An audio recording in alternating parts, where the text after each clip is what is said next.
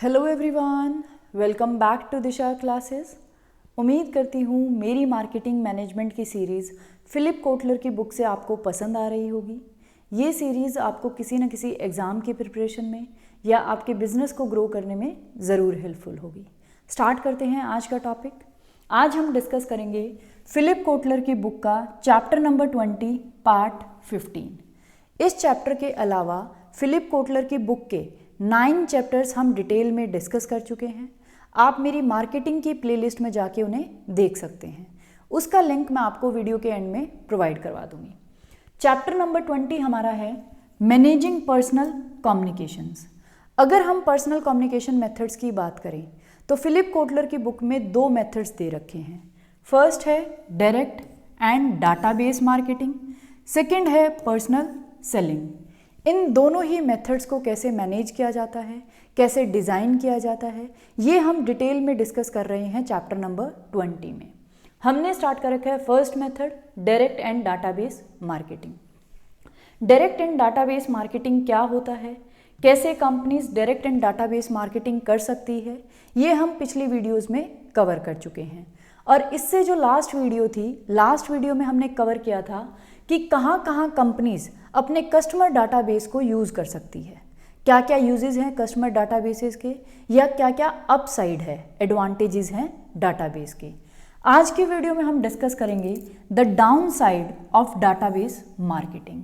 मतलब database marketing के down side क्या है, नेगेटिव पॉइंट्स क्या है, या हम कह सकते हैं डिसएडवांटेजेस कहाँ कहाँ हैं, कहाँ कहाँ हम डाटाबेस मार्केटिंग को यूज़ नहीं कर सकते। पिछली वीडियो में हमने यूजेस करे थे कि कहाँ कहाँ हम डाटाबेस मार्केटिंग को यूज़ कर सकते हैं। आज की वीडियो में हम डिस्कस करेंगे कि कहाँ कहाँ हम उसका यूज़ नहीं कर सकते, क्या उसके नेगेटिव पॉइंट्स है या क्या उसका डाउन साइड है। Database marketing is most frequently used by business marketers and service providers that routinely collect masses of customer data like hotels, banks, airlines, insurance, credit card and phone companies. ये कह रहा है database marketing का सबसे ज़्यादा use जो companies करती हैं या सर्विस प्रोवाइडर्स करते हैं वो ऐसे होते हैं जो डेली बेसिस पे बहुत सारा कस्टमर का डाटा कलेक्ट करते हैं, जैसे होटल्स हो गए, बैंक्स हो गए, एयरलाइंस हो गई, फ़ोन कंपनीज हो गई। जो कंपनीज डेली बेसिस पे बहुत सारा कस्टमर का डाटा इकट्ठा करती है वही डाटाबेस मार्केटिंग का सबसे ज़्यादा यूज़ करती है। Other type of companies that invest in database marketing are those that favour cross selling and upselling such as GE and Amazon.com or whose customers have highly differentiated needs and are of highly differentiated value to the company। या फिर in business marketers और service providers के अलावा जो companies database marketing में invest करती हैं वो ऐसी कंपनीज होती हैं जो या तो क्रॉस सेलिंग करना चाहती हैं या अप सेलिंग करना चाहती हैं, जैसे अमेजोन हो गया, फ्लिपकार्ट हो गया, GE हो गया। या फिर ऐसी कंपनीज जिनके कस्टमर्स की हाईली डिफरेंशिएटेड नीड्स हैं, मतलब अलग अलग कस्टमर्स की अलग अलग नीड्स हैं और उन कस्टमर्स की जो वैल्यू है कंपनी के लिए वो भी हाईली डिफरेंशिएटेड है। अलग अलग कस्टमर्स की अलग अलग कंपनी के लिए वैल्यू है। अब 2 टर्म्स हैं, एक है क्रॉस सेलिंग, एक है अप सेलिंग। इन दोनों को वैसे तो हम इसी चैप्टर की किसी वीडियो में डिस्कस कर चुके हैं, फिर भी मैं रिपीट कर देती हूँ क्रॉस सेलिंग और अप सेलिंग क्या होता है।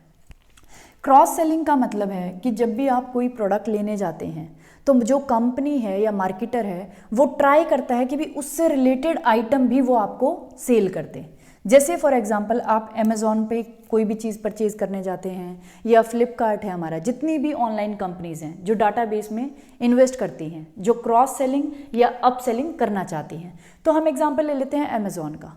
आप जैसे ही अमेज़ॉन पे अकाउंट बनाते हैं, कोई भी चीज़ उस पर सर्च करते हैं तो सबसे पहले वो आपकी कॉन्टैक्ट डिटेल्स लेते हैं, ईमेल आईडी लेगा, उसके बाद आपका एड्रेस लेगा। उसके बाद जितनी बार भी आप जो भी चीज़ें अमेज़ॉन की साइट पर जाके सर्च करेंगे वो उनके कस्टमर डाटाबेस में रिकॉर्ड होती रहती है कि कस्टमर की ये प्रेफरेंसेस हैं, कस्टमर इन चीज़ों को सर्च करता है, ये उन चीज़ों में इंटरेस्ट रखता है। तो वो सारी चीज़ें कस्टमर की जो भी प्रेफरेंसेस हैं, इंटरेस्ट की आइटम्स हैं या जिन चीज़ों को वो सर्च करता है वो अमेज़ॉन के कस्टमर डाटाबेस में रिकॉर्ड हो जाता है। तो फॉर एग्जांपल मान लो आपने लैपटॉप सर्च किया, तो लैपटॉप जब आप सर्च करेंगे तो उसके नीचे ही आपको अमेज़ॉन या तो कीबोर्ड की ऐड दिखाएगा, कीबोर्ड भी दिखा देगा, और कुछ आइटम्स माउस के भी दिखा देगा। तो ये करके जो मार्केटर है वो क्या कर रहा है, क्रॉस सेलिंग करने की कोशिश कर रहा है कि जिस चीज़ में कस्टमर का मेन इंटरेस्ट है उससे मिलती जुलती आइटम्स भी वो इसको दिखा रहा है ताकि उन चीज़ों की भी सेल हो जाए। इसे बोलते हैं क्रॉस सेलिंग। मेन जो कस्टमर के इंटरेस्ट का आइटम है उसके साथ आप उससे मिलती जुलती या जो उसी से रिलेटेड चीज़ें हैं उनकी भी एडवर्टाइजमेंट या उनके भी प्रोडक्ट आप शो कर दो ताकि कस्टमर उनको भी परचेज कर ले। अप सेलिंग में क्या होता है, जिस चीज़ के लिए कस्टमर डिमांड कर रहा है, जो भी स्पेसिफिकेशन का वो लैपटॉप मांग रहा है, मान लो वो 32 GB वाली रैम का मांग रहा है, तो मार्केटर क्या करता है, उससे अपर लेवल की जो स्पेसिफिकेशन का लैपटॉप है वो उसे दिखाता है। जैसे 64 GB ले लो सर, इसमें ये रैम है, ये रोम है, तो उस चीज़ों से मतलब जो उससे अपर क्वालिटी की चीज़ है उसको सेल करने की ट्राई करता है, तो उसे हम बोलते हैं अप सेलिंग। तो जितनी भी कंपनीज हैं जो क्रॉस सेलिंग या अप सेलिंग करना चाहती हैं, आपने देखा होगा कि आप जब अमेज़ॉन वगैरह पे कोई भी आइटम सर्च करते हैं तो आप लोवेस्ट प्राइस से लगते हैं कि मुझे सस्ती चाहिए, लेकिन उसके बाद वो आपको महंगी आइटम्स भी दिखाना शुरू कर देता है कि ताकि कस्टमर अप सेलिंग भी कर ले, मतलब उस चीज़ को छोड़ के लो जो वैल्यू की आइटम है हाई वैल्यू की आइटम को भी परचेज कर ले। तो जो कंपनीज क्रॉस सेलिंग या अप सेलिंग को फेवर करती है या जिनके कस्टमर्स की जो डिमांड है वो हाईली डिफरेंशिएटेड है और डिफरेंशिएटेड ही वैल्यू है अलग अलग कस्टमर की कंपनी के लिए, वो क्या करती हैं, वो डाटाबेस मार्केटिंग में इन्वेस्ट करती हैं। Although packaged goods retailers and consumer packaged goods companies use database marketing less frequently. ये कह रहा है अगर हम पैकेज्ड गुड्स रिटेलर की बात करें या कंज्यूमर पैकेज्ड गुड कंपनीज की बात करें तो वो डाटाबेस मार्केटिंग का बहुत कम यूज़ करती है। Many companies such as Kraft, Quaker Oats और Nabisco are building databases for certain brands. लेकिन आज के टाइम पे कुछ कंपनीज हैं जैसे क्वेकर ओट्स हो गया, क्राफ्ट हो गया, वो अपनी कुछ ब्रांड्स के लिए डाटाबेस बिल्ड कर रही हैं, वो भी डाटाबेस मार्केटिंग में आएंगे। तो हमने देखा कि कौन सी कंपनीज डाटाबेस मार्केटिंग का बहुत ज़्यादा यूज़ करती है और कौन सी कंपनीज हैं जो डाटाबेस मार्केटिंग में इन्वेस्ट करती हैं और कौन सी कंपनीज हैं जो डाटाबेस मार्केटिंग में बहुत कम यूज़ करती हैं या बहुत कम इंटरेस्ट रखती हैं। क्लियर, ये हमने देख लिया। Having covered the upside of database marketing, ये कह रहा है हमने पिछली वीडियो में डाटाबेस मार्केटिंग की अपसाइड को पढ़ा था, उसके यूजेस को पढ़ा था। We also need to cover the downside, हमें उसके डाउन साइड को भी पढ़ना चाहिए। 5 main problems can prevent a firm from effectively using the database marketing. ये कह रहा है 5 प्रॉब्लम्स हैं जो किसी भी मार्केटर को डाटाबेस मार्केटिंग इफेक्टिवली यूज़ करने से रोक सकती हैं। तो वो 5 प्रॉब्लम्स या सिचुएशंस कौन सी हैं जहां हम डाटाबेस मार्केटिंग को यूज़ नहीं कर सकते, वो हम स्टडी करेंगे। फर्स्ट है, some situations are just not conducive to database marketing. ये कह रहा है कुछ सिचुएशंस ऐसी होती हैं जहां हम डाटाबेस मार्केटिंग नहीं कर सकते या जहां डाटाबेस मार्केटिंग के इतने अच्छे रिजल्ट्स नहीं आते। Building a customer database may not be worthwhile when, ये कह रहा है वो कौन सी सिचुएशंस हैं जहां कस्टमर डाटाबेस बिल्ड करना इतना ज़्यादा फायदेमंद नहीं होता।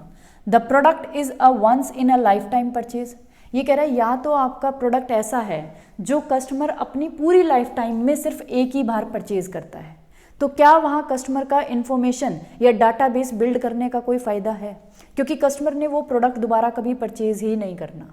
तो उसका डाटा रिकॉर्ड करके आप क्या करोगे, जैसे इन्होंने एग्जांपल दिया है ग्रैंड पियानो का। कस्टमर ने एक बार खरीद लिया जब वो यंग है, उसके बाद वही पियानो उसके पास रखा रहेगा हमेशा के लिए, वो once in a lifetime purchase है, एक ही बार परचेज करेगा। तो यहाँ डाटाबेस बिल्ड करके कोई भी फायदा नहीं है।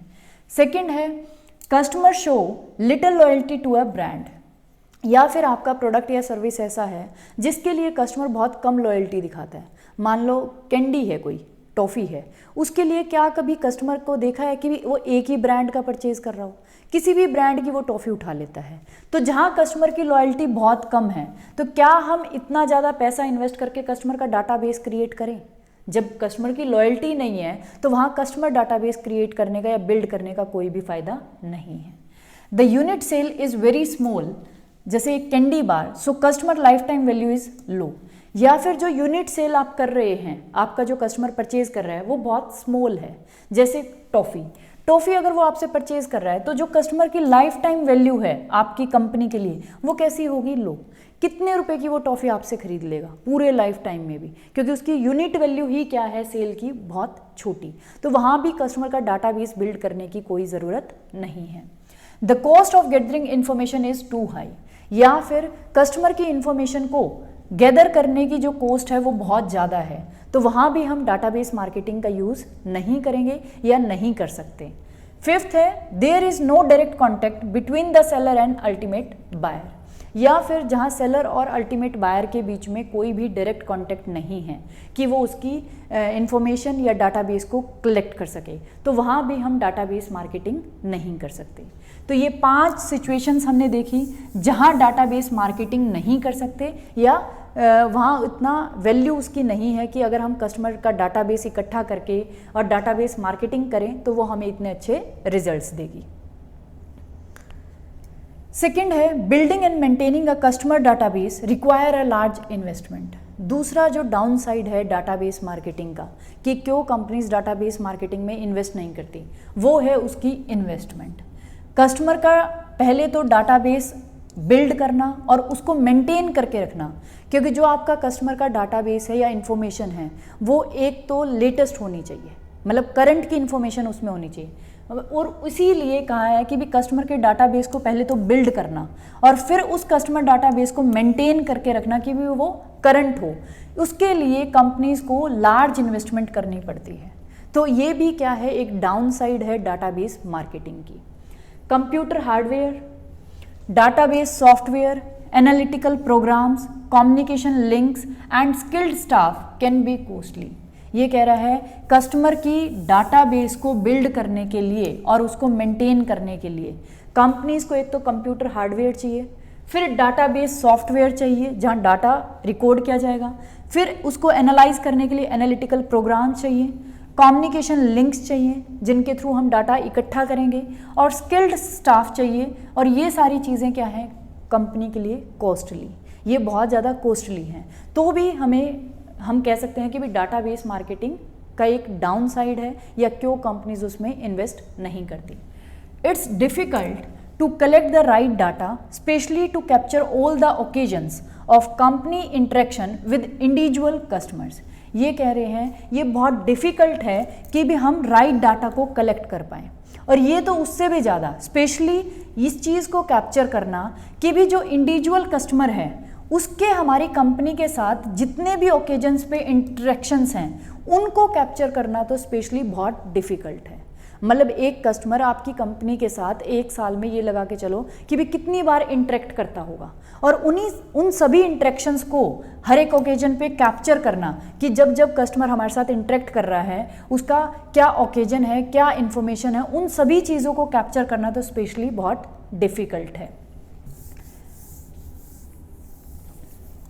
Deloitte Consulting found 70% of firms experienced little or no improvement from implementing customer relationship management because the system was poorly designed, it became too expensive, users didn't make much use of it or report much benefit, and collaborators ignore it। ये कह रहा है एक company है Deloitte, इसने ये देखा कि भी 70% फर्म्स जिन्होंने भी डाटाबेस मार्केटिंग में इन्वेस्ट किया उनको या तो बहुत कम इम्प्रूवमेंट हुई है कस्टमर रिलेशनशिप मैनेजमेंट अप्लाई करने के बाद, या बहुत उनका लिटिल एक्सपीरियंस है कि भी उन्हें अच्छे रिजल्ट्स मिले हैं।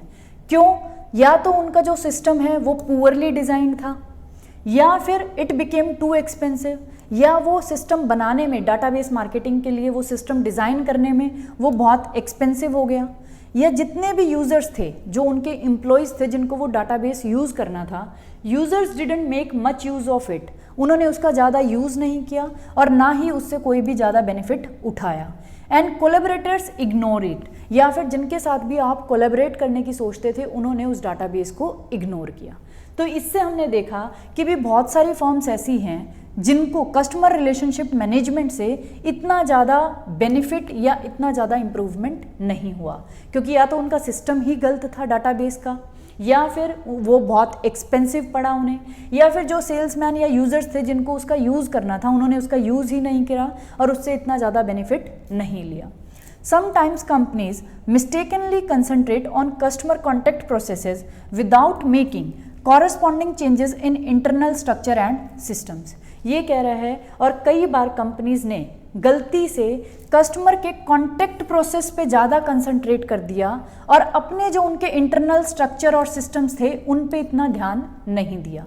मतलब कंपनी ने क्या किया, कस्टमर का डाटा इकट्ठा करने के लिए जो कस्टमर के साथ हम कॉन्टैक्ट बनाते हैं उस प्रोसेस पे तो बहुत ज़्यादा ध्यान दे दिया कि भी कस्टमर के साथ आप कॉन्टैक्ट बना के उनसे डाटा इकट्ठा करो, लेकिन उसके जो इंटरनल कंपनी के स्ट्रक्चर और सिस्टम्स थे डाटा को रिकॉर्ड करने के लिए या उस डाटा को यूज़ करने के लिए, जैसे उसके जो यूज़र्स थे उनको उसने ध्यान ही नहीं दिया, उस पर उन्होंने इन्वेस्ट ही नहीं किया, उनको चेंज ही नहीं करा।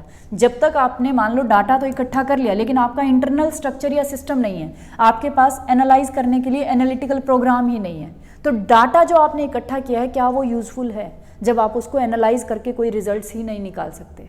तो इसलिए कंपनीज ने ये गलती भी करी है कि कस्टमर के कॉन्टैक्ट प्रोसेसेस पे तो ध्यान दिया लेकिन उन्होंने अपने इंटरनल स्ट्रक्चर और सिस्टम में कोई भी चेंज नहीं किया, ना तो अपने जितने भी स्टाफ मेंबर्स थे उनको ट्रेनिंग दी कि भी कैसे उसका यूज़ करना है, ना उनके पास इतना स्ट्रक्चर और सिस्टम था कि भी अच्छे से वो डाटा को बिल्ड और मैनेज कर सकें। क्लियर?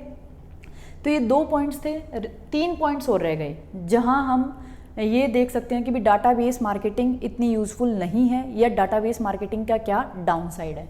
ये हम नेक्स्ट वीडियो में कवर करेंगे, अदरवाइज़ वीडियो बहुत लंबा हो जाएगा। अगर आपको इन 2 पॉइंट्स में कोई भी डाउट हो तो आप मुझे कमेंट बॉक्स में कमेंट कर सकते हैं। Thank you for watching Disha classes. और जितने भी व्यूअर्स हैं जो हमारे साथ अभी नए जुड़े हैं, प्लीज़ वीडियोज़ को ज़्यादा से ज़्यादा शेयर कर दिया करो। अगर चैनल को सब्सक्राइब नहीं करा तो प्लीज़ चैनल को भी सब्सक्राइब कर लें। Thank you for watching Disha classes.